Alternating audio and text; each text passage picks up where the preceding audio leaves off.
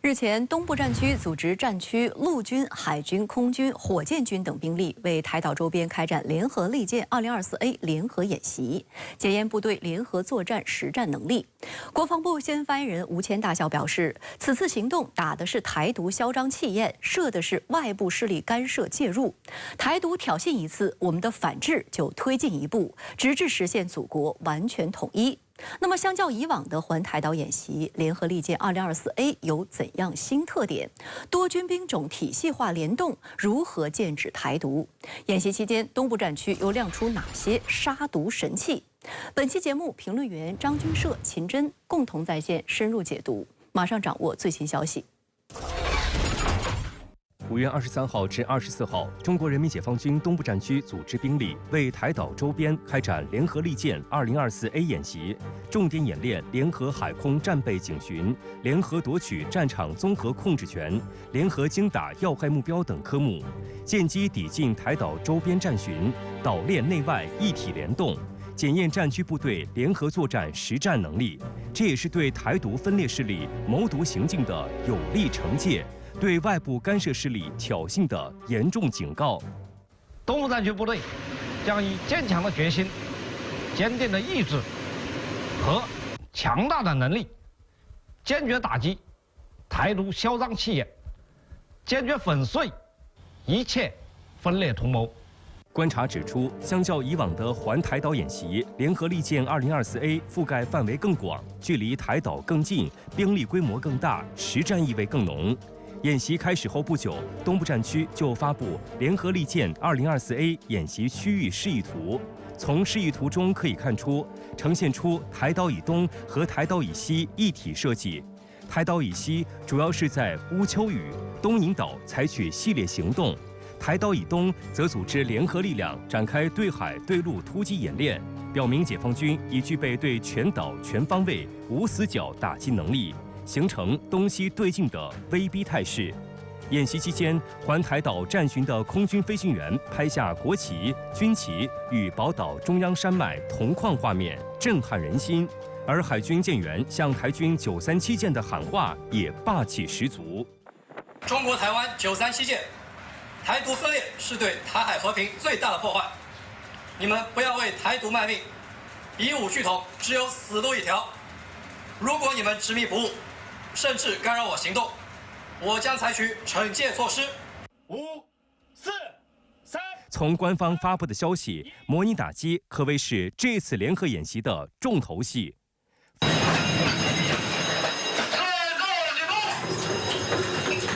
战区联合作战指挥中心下达行动指令后，东部战区海军多个驱护舰编队向台岛周边海域多个方向高速机动，塑造全向围岛抵近进逼之势。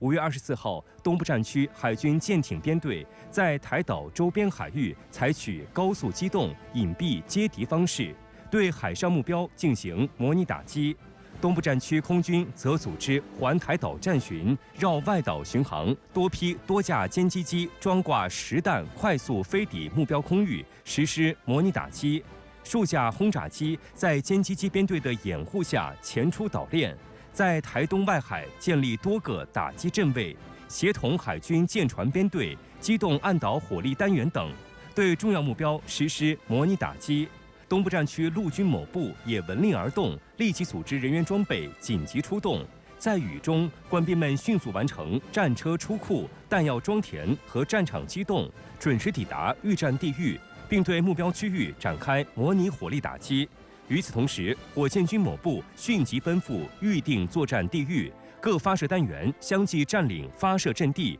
开展多波次模拟火力打击。这一次解放军的陆军、海军、空军、火箭军以及我们的一些新智新预的力量，可以说是一体联动、密切配合，有力地助推了夺取制空权、制海权、制信息权，展现了解放军体系具优、联合制胜的强大的能力。 东部战区在台岛周边一体联动，开展舰机协同、对海突击、对陆打击等科目训练。那么，重点打击哪些目标呢？东部战区发布多军种联合打击3D 虚实动画，直接指明毁台独支撑柱、击台独大本营、断台独输血管。动画中陆上长导、火箭弹、海上、空中导弹齐发，场面震撼，对台北、高雄、花莲外海目标展开模拟打击。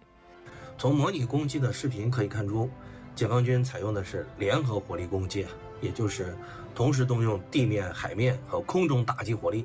这种战法既能大幅增强攻击的火力强度，也能让对方难以拦截。不仅如此，联合火力打击的都是台岛的核心区域，也就是以雷霆之威击敌要害。分析指出，此次演训行动体现出毁、困、阻一体设计的特点。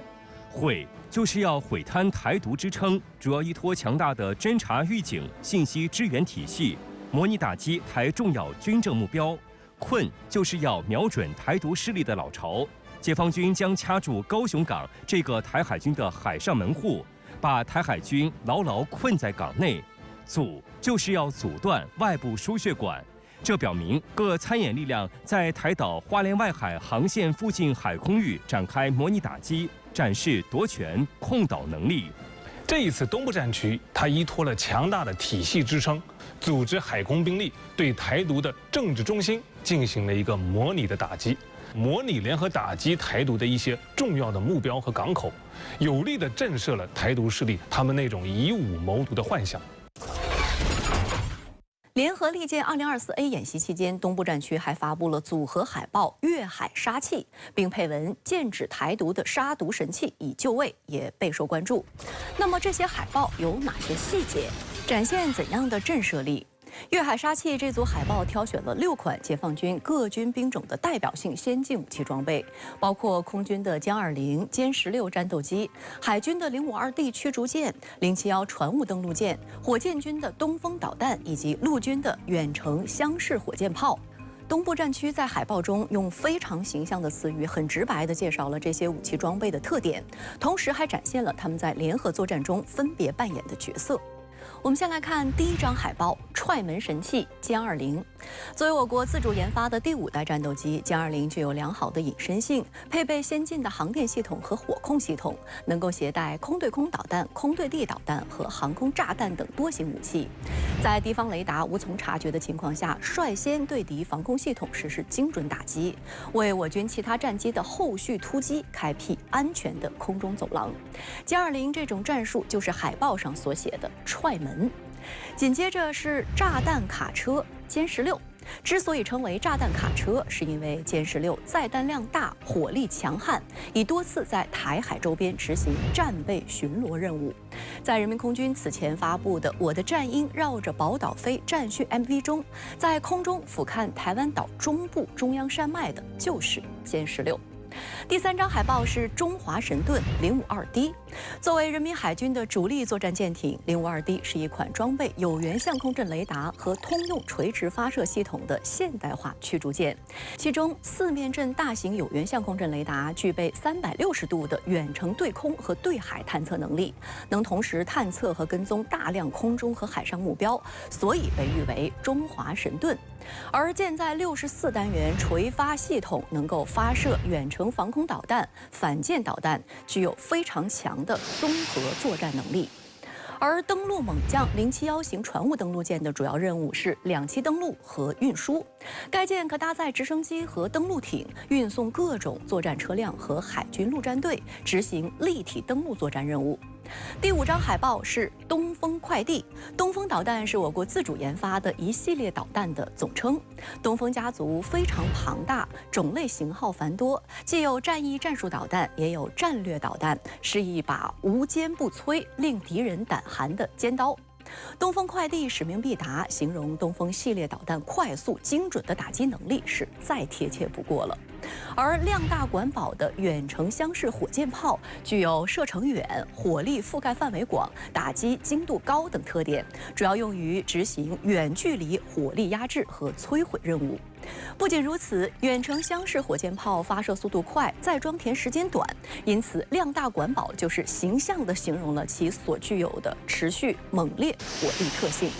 此外，这组海报还有很多新的特点，比如使用的是繁体字，指向性不言自明。可见这组海报就是直白地对台独分裂势力发出强烈的震慑，台独注定是死路一条，祖国统一势不可挡。除东部战区开展联合利剑2024A 演习外，中国海警也组织舰艇编队开展综合执法演练。5月23号，福建海警组织舰艇编队为乌丘、东引岛附近海域机动集结，检验联合巡航、快速反应及应急处置能力。5月24号，海警2304舰艇编队为台岛以东海域开展综合执法演练，重点开展查证识别、警告驱离等科目训练，检验联合巡航、应急处置能力。分析指出，我海警的行动有多个突破：一是首次公开台岛东部行动，意味着我海警对台本岛明确执法权的开始；二是战区和海警在台东联合行动，更加凸显了对台岛全方位的威慑，以及有效封打、封控和断源。海警在台外岛和台岛东部水域开展行动，是在公开表明，在台岛周围根本不存在所谓的禁止、限制水域，对台独分裂势力的震慑意味非常强烈。不仅如此，我们还可以看出，这次海警是与解放军进行联动，形成更强大的合力，捍卫国家主权和领土完整。台独分裂势力越是蹦跶，套在其身上的绳索就会收得越紧。东部战区联合利剑2024A 演习重点演练了联合海空战备警巡、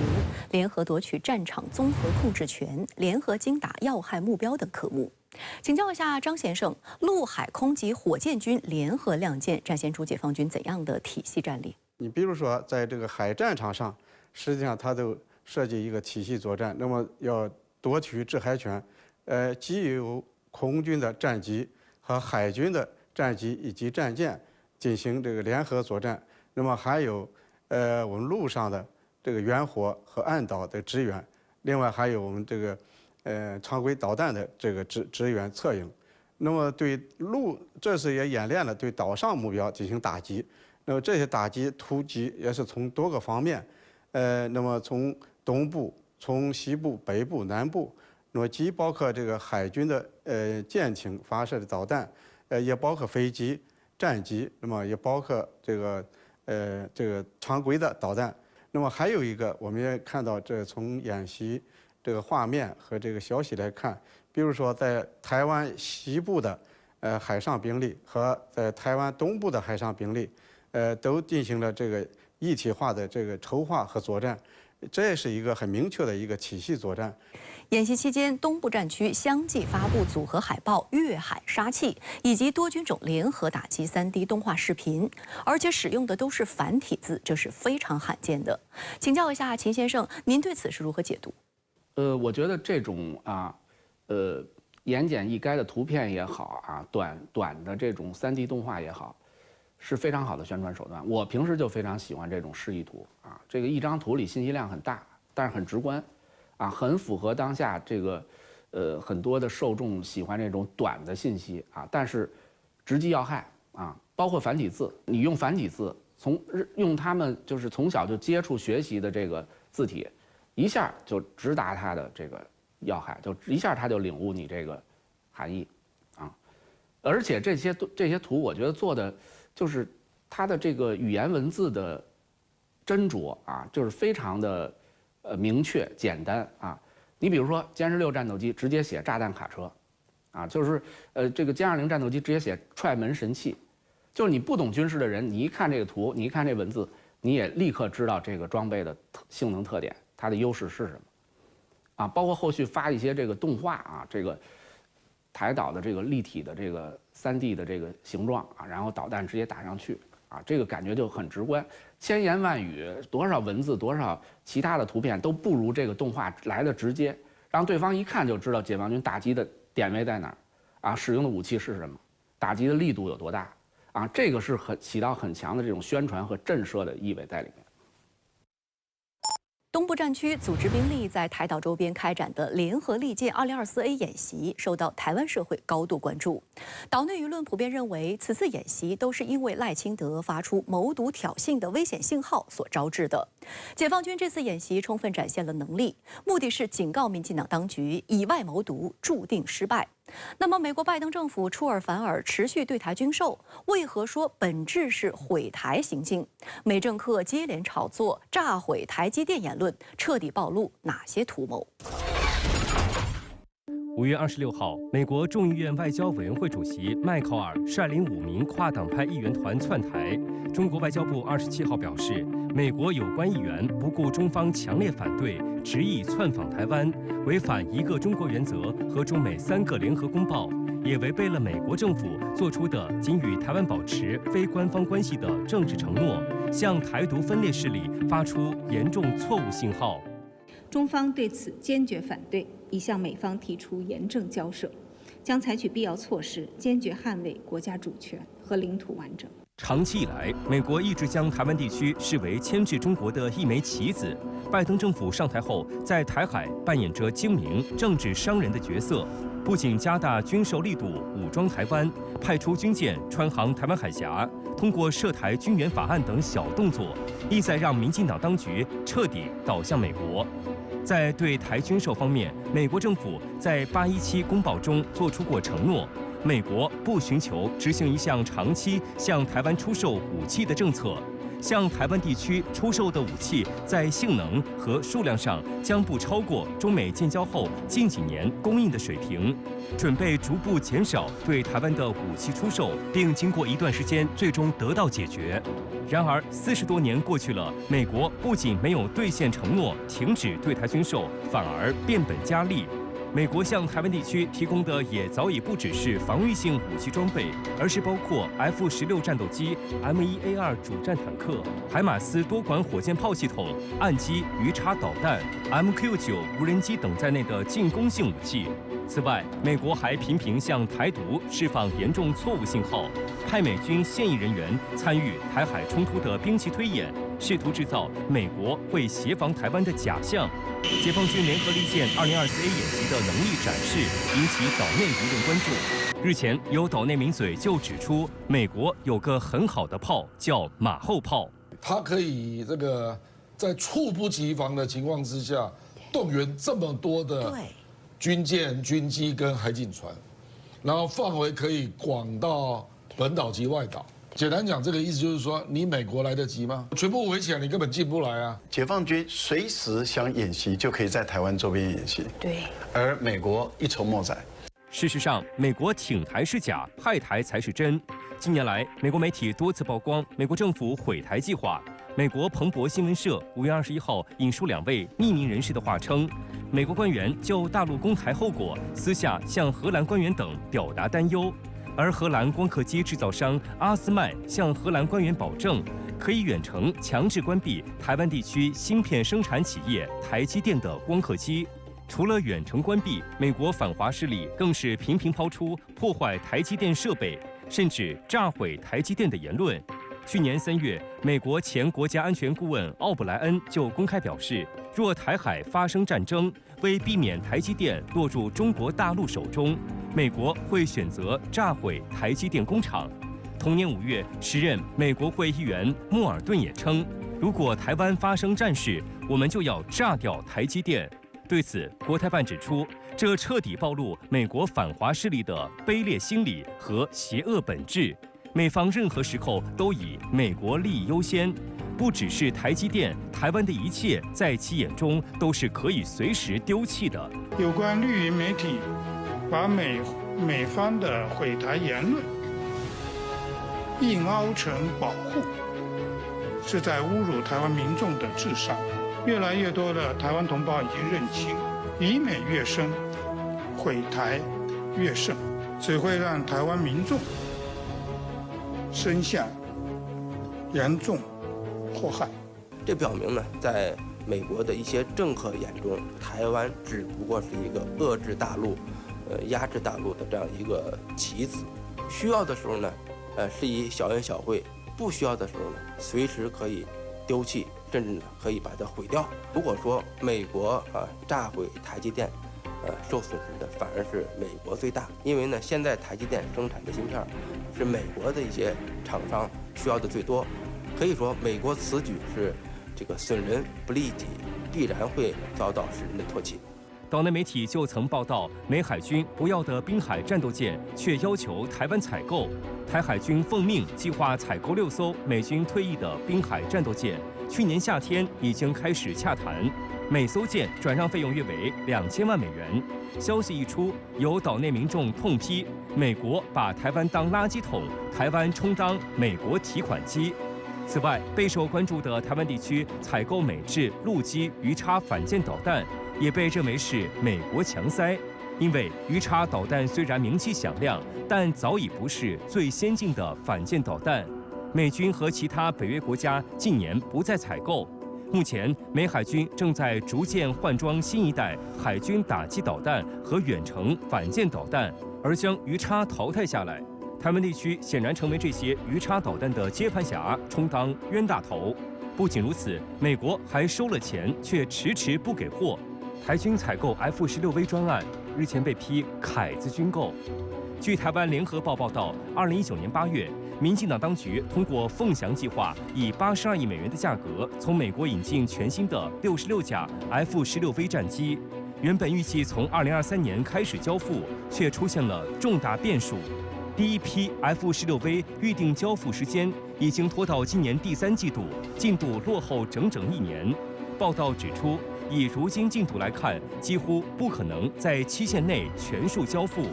尽管台当局反复催促美国按时交机，但美方以各种理由推脱。据美国众议院今年2月的统计显示，出现延误的美国对台军售项目共19项，合计220亿美元。除了 F-16V 战斗机外，还包括鱼叉反舰导弹、毒刺防空导弹、海马斯远程火箭炮等武器。这些装备大部分是这个技术上比较落后的装备。你比如说，美国下不要交付这个新生产的 F-6V 战斗机，那么这种战斗机呢，实际上要比解放军装备的歼20要落后一代啊。除此可以，台湾的 MEAR 呢，它实际上是一个缩水版，比如说它的防护装甲没有采用铀合金的装甲，防护能力大幅缩水，大不如美国自己装备的这个 MEAR 系列主战坦克。所以呢，这些武器装备不会改变当前的台军和解放军的这种实力对比。台海局势紧张的根源在于民进党当局企图以美谋独，而美方打着维护地区和平稳定的幌子，图谋以台制华。请教一下张先生，美国近来不断对台海问题说三道四，透露其怎样的对台政策？美国它这个对台这个政策，它的核心也就是要以台制华，利用台湾作为一个工具，甚至作为一个棋子，来达到遏制中国的目的。他也讲，我遵守一个中国的政策，但这个一个中国的政策呢，它加了一些错误的前缀和后缀，所以说他现在这个一个中国政策，实际上是歪曲了，也虚化掏空了一个中国原则。在和中国签署的817公报里面，美国明确承诺要逐步减少直至停止对台湾的军售。但实际上，我们看到，从79年到现在，美国对台军售的数量在不断的增加，那么对台这个内容，它的这个武器装备的质量也在不断的提高。近年来，美国不断渲染所谓两岸军力对比，鼓动台当局大幅提高防务开支，购买美国武器。岛内民众狂批，美国只会催缴保护费，实际上完全靠不住。请教一下秦先生，您是如何分析？这些台独分裂势力，他们心里非常清楚，全世界现在敢于卖给他武器的只有美国。当然，美国也看重这一点，既然你只能依靠美国，那狮子大开口，你买任何的武器装备，开价都非常之高。举一例子，比如说他66架 F-16V 战斗机，我算了一下，直观的说，合人民币一架就合人民币9.3亿元，是在美国对外销售的武器的价格里边不算最高，也算相当高的。这些台独分裂势力，他们最期望的一种结果是什么？交了保护费，一旦打起来，他希望美国直接介入，就是美军直接来跟解放军打，这是他最希望的结果。但是为什么说美国所谓的靠不住？美国至今无论是总统也好，底下各种高层官员也好，从来不承诺直接出兵。他们最多是说，这个一旦打起来，所谓美国不会坐视不理，但实际上说得很明确了，说这个每个派出所，台湾的每个派出所都要布毒刺肩扛式导弹，要进行接巷战，啊，要卖给他火山布雷系统，到处去布雷。实际上言外之意就是把台湾的普通老百姓推到前线当炮灰，啊，至于美国靠得住靠不住，美军会不会介入，他从来不承诺，而且卖的武器非常之昂贵。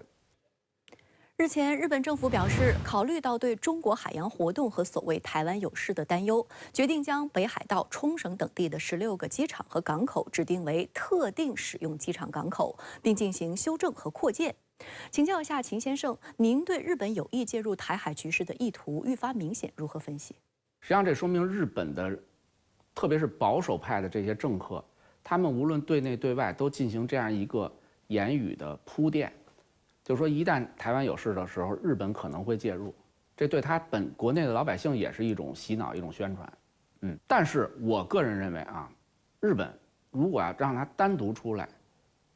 因为台湾啊来和中国大陆对抗，甚至发生战争，这个从日本的，无论是从国力还是从他真正的民间意愿来说，他是不愿意的。所以当下他的这个角色还是配合美国。美国也有意把他从一个，帮手啊打下手的支援型的一个角色，给他推到前台，让他变成一个打手的角色，啊，所以在这种情境下啊，在这种环境下，就美国如果上阵了，他会上，啊，至少他各种角色都会扮演。至于说这些机场，他其实之前很多机场说得很明确，它是在必要的时候开放给美军使用。日前，美军公布环太平洋2024军演计划。今年的演习从时间跨度和兵力规模都有所增加。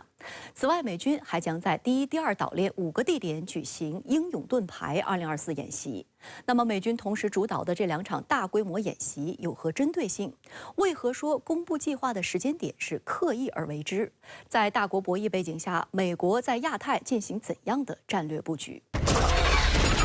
美军于5月23号宣布环太平洋2024军演计划。此次演习从6月26号至8月2号举行，将有29个国家参与，其中包括日本、菲律宾、英国、法国、德国等，参演人数高达2.5万人。此外，还将有40艘水面舰艇、3艘潜艇、14国陆军部队、150多架飞机参与演习。此次环太军演参演国家数、舰艇和陆军部队数量都有所增加。根据美国海军部署，5月16号从日本离开的里根号航母可能是此次军演主角。日前，里根号航母还在日本东部海域活动，完成在亚太地区的部署任务后，就会直奔夏威夷。观察指出，美国环太军演始于1971年，每2年举办一次。冷战时期，该演习主要针对苏联，而如今已经变成美国遏制中国的重要方式，试图拉帮结派给中国施压。这次选择解放军东部战区展开联合利剑 2024A 联合演习期间突然发布信息，就被认为很有针对性。一个就是美国继续要秉持冷战思维，还是要把这个环太军演作为大国对抗来进行利用。再有一点，就是美国可能把解放军的东部战区的联合利剑 2024A 军演看作了一种对美国的亚太战略，或者是美国的印太战略的一种挑战，所以他在这个时间节点上来宣布，就这种意识或者企图就非常的明显。美军还将于6月7号至6月18号在5个地点举行英勇盾牌2024大规模演习。英勇盾牌被认为是美军在亚太地区规模最大、实战化程度最高的多军种演练。5月24号，日本防卫省宣布，自卫队将首次参演，预计将出动4000名自卫队官兵，以及约130件地面装备和约60架飞机。俄罗斯卫星通讯社报道称，此次演习将在5个地点举行，包括日本自卫队基地和驻日美军基地、日本周边海空域、菲律宾与日本之间海域、夏威夷和关岛美军基地，以及北马里亚纳群岛和帕劳附近海空域。有分析指出，从演习地点看，显然有演练封锁第一、第二岛链的意味。他认为，第二岛链如果就是作为对美国本土的防守来讲啊，也非常的重要，因为他现在看到就是对手的这种区域拒止能力和这种远程打击的能力也很强。那么，如果第二岛链的这些美军的基地成为被攻击的对象的时候，它就成了防护美国就是本土目标的这个重要的一线的基地，所以它又要就是加强在二岛链的这种防御。美国军工巨头洛马公司试图让爱国者3导弹下海，也备受关注。5月20号，洛马公司高调宣布，成功利用虚拟宙斯盾武器系统中发射的爱国者3 MSE 防空导弹，拦截了一枚模拟来袭的巡航导弹目标，证明了爱国者3导弹装备美国海军宙斯盾战舰的可行性。美国防务新闻网站报道称，鉴于爱国者系列防空导弹的成熟度高，美国导弹防御局此前曾提供部分资金，要求洛马公司将爱国者3 MSE 导弹整合到陆基宙斯盾反导系统中。目前，美国在罗马尼亚和波兰部署有这种防空反导系统，但洛马公司认为，这种陆基防空反导系统还有更大的应用潜力，那就是满足美海军的需要。于是自筹资金，开始将爱国者3 MSE 导弹与美海军的宙斯盾系统进行整合。多家美国媒体炒作称，此举能大幅增加美海军的防空导弹库存，为应对与中国的大规模冲突做好准备。这种测试尝试如果能够成功的话，那当然就可以使更多的这种防空反导系统的弹药用在美国的军舰上，可以使在战争中啊或者军事行动中呢降低它导弹的使用量的这种成本，并且增加它的这种数量，因为这种弹药它除了一定的基数以外不会生产的太多，但是你通用性强了，你的这个陆军的这些装备也能够上舰，性能也提高的话，当然对它使用这个导弹的成本会大幅度的降低。洛马公司自掏腰包，试图让爱国者3 MSE 导弹下海，看似好心的要帮助美海军解决燃眉之急，却被指是跟雷神技术公司抢钱。那么，美宙斯盾舰搭载爱国者能带来战力提升吗？洛马又在如何炒作所谓中国威胁谋取利益呢？洛马公司的爱国者3 MSE 是一款陆基末段低空反导系统拦截弹，在美国仅装备于陆军，而美海军宙斯盾舰用于防空反导作战的是雷神技术公司的标准系列导弹，包括标准3反导导弹、标准6远程舰空导弹、标准2中远程舰空导弹等等。如果单论反导能力，舰载标准3要比爱国者3 MSE 强得多。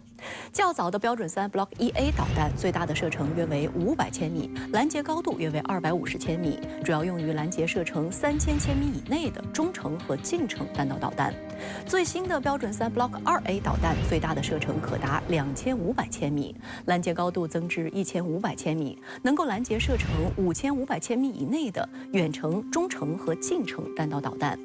反观爱国者3 MSE 作为美军陆基末段低空反导拦截弹，对弹道导弹的有效射程是35千米，拦截高度仅为30千米。这样的反导能力，别说和标准3差得多，就是和标准6相比也没有任何优势。而标准6在远程防空方面比爱国者3 MSE 更强。因为标准6在协同交战能力支持下，对高空飞机的最大射程可达370千米，而爱国者3 MSE 用于防空作战时最大的射程仅150千米。很明显，如果爱国者3 MSE 上舰，反而还会降低宙斯盾舰的防空反导能力。美海军此前就曾直接表示对爱国者3 MSE 不感兴趣。既然如此，为什么洛马公司还要向美海军推销爱国者3 MSE 呢？那是因为美海军在红海和亚丁湾进行的防空反导实战，让洛马公司看到了机会。